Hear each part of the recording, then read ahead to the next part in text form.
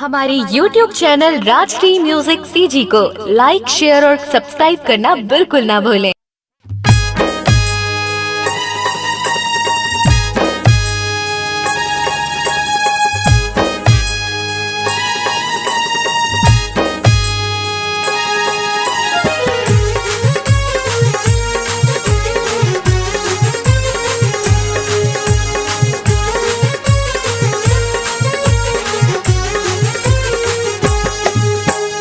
आबे रानी अधरतिया वो आबे गोरी अधरतिया रे रानी करहूँ तोरे इंतजार मैं भागा के तोला ले जाऊँ रानी आवे मोला तोर से प्यार रे भागा के तोला ले जाऊँ जानू आवे मोला तोर से प्यार रे।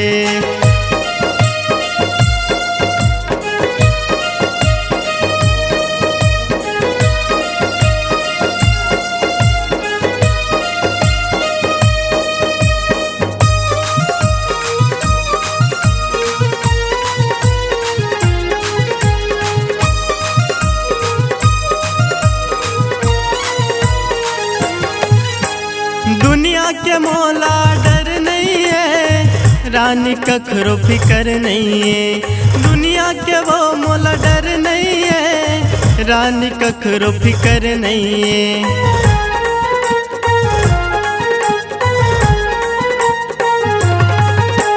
दुनिया के मोला डर नहीं है रानी कखरो फिकर नहीं है दुनिया के वो मोला डर नहीं है रानी कखरो फिकर नहीं है। बनबे तसुआ मैं तोर सुवना बनबे तसुआ मैं तोर सुवना रानी उड़बो दुनो झन आगास रे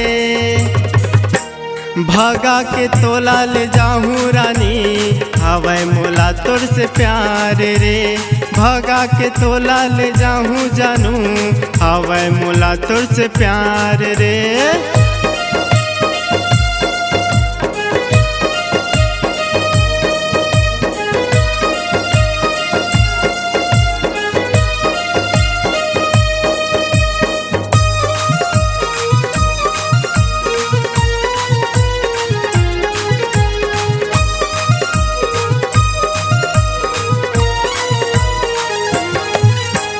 जिंदगी भर तोर साथ निभाऊं रानी वो मोर वादा है संगे जीवो यऊ संग मरबो गोरी वो मोर इरादा है।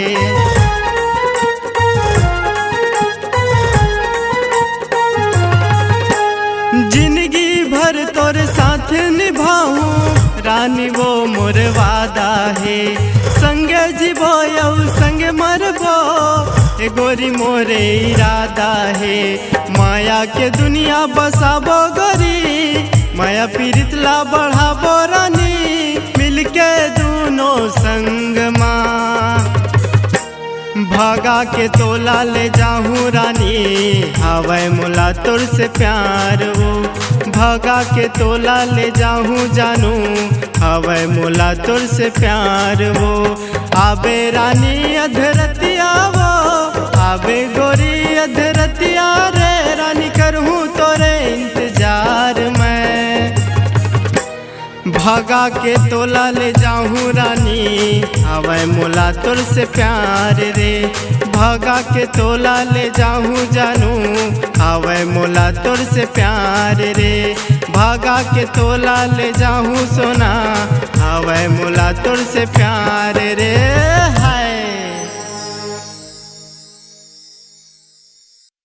अपने दिल की आवाज सुनने वाले, अपने आवाज से पहचान बनाने की ललक और अपना टैलेंट लोगों तक पहुंचाने के लिए आए राजश्री म्यूजिक स्टूडियो, जहां गाने और वीडियो की बेहतरीन रिकॉर्डिंग की जाती है।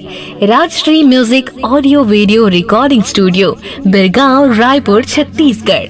अधिक जानकारी के लिए कॉल करें 8085048130 और 7999776763 पर।